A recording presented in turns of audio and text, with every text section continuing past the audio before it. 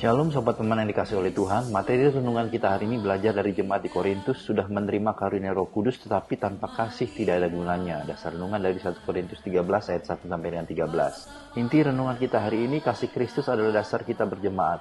Sobat Pemenang, ada 3 pertanyaan yang perlu kita renungkan hari ini. Yang pertama, apakah perbedaan antara kasih Kristus dengan kasih pada umumnya? Lalu yang kedua, mengapa untuk berjemaat kita harus memiliki kasih Kristus? Dan yang ketiga, apakah kita sudah menjadikan kasih Kristus sebagai dasar kita berjemaat?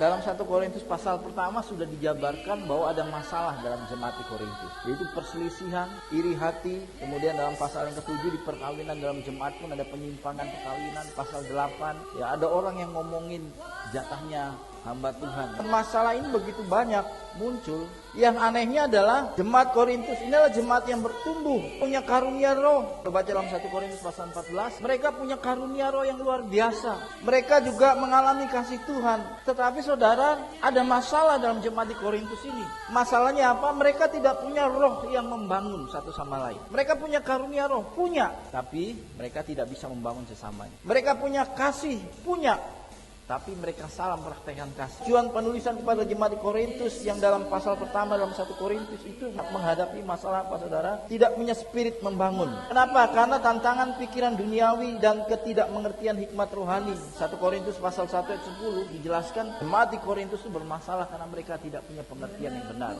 Kenapa mereka bersekutu dengan Tuhan? Sehingga apa yang terjadi? Sudah dikasih karunia roh, sudah diberi lawatan Tuhan, tapi tidak membangun. Nah, saya berdoa supaya jemaat kita punya spirit membangun. Membangun dalam Kristus tentunya. Setiap gereja lokal itu pasti punya visi dan misi. Saudara harus tahu ini. Sobat Pemenang, mengikuti dan meneladani ajaran Tuhan Yesus Kristus untuk berdoa dengan tidak jemu-jemu. Mari kita responi renungan hari ini dengan berdoa.